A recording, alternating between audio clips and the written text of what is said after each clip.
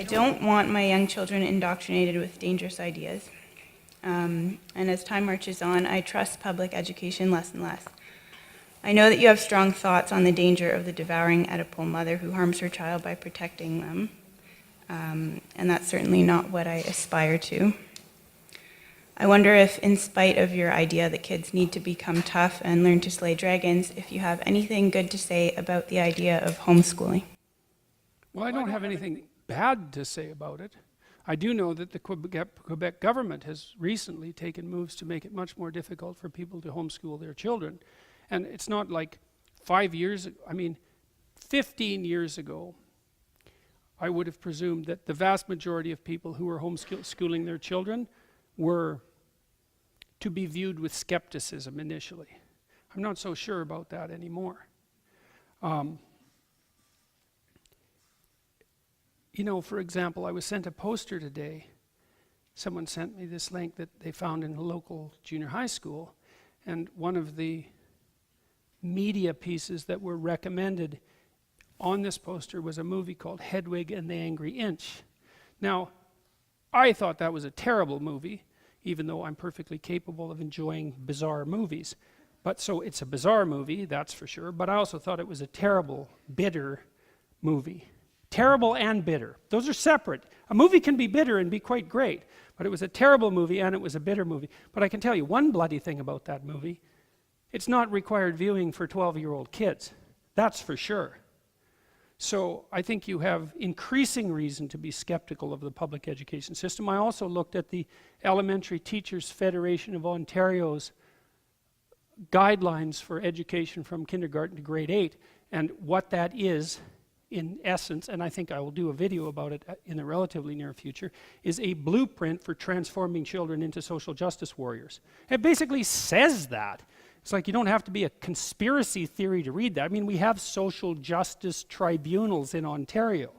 And so the idea is, well, if you're going to get your children, if you're going to get people to, what would you say, favor equity properly, well, then you better start teaching them while they're young. It's like, maybe not.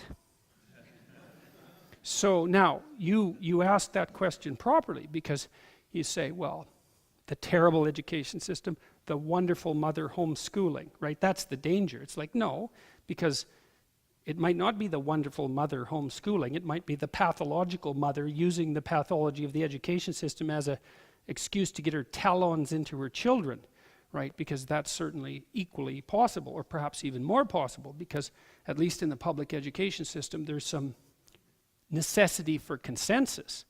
So that's something that you have to be very aware of and work to prevent, right? And so I would say, if you're going to do that, probably best not to do it on your own. And it's like you need a board of advisors or something like that, and so maybe it can't just be you, and you have to figure out, well, what is the aim? And how are you going to manage that? And what makes you think you can do it?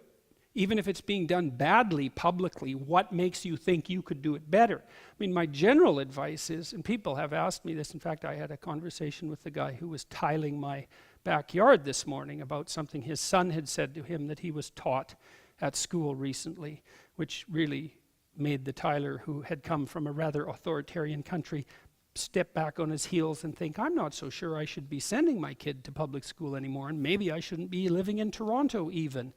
But my general advice is keep an eye on your kids and discuss with them what they're learning, and help equip them with the tools to not only to articulate their own viewpoint in response to what they're being taught. Now, the problem is you might not have the time nor the ability to do that. That's no simple thing.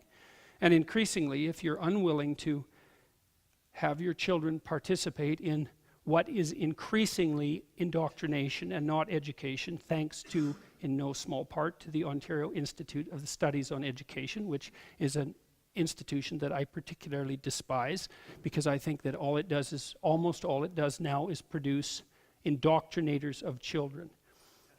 It's not an easy problem to solve. So more power to you wanting to put your children in a situation where they're not being indoctrinated. But the alternative is very, very complicated and difficult.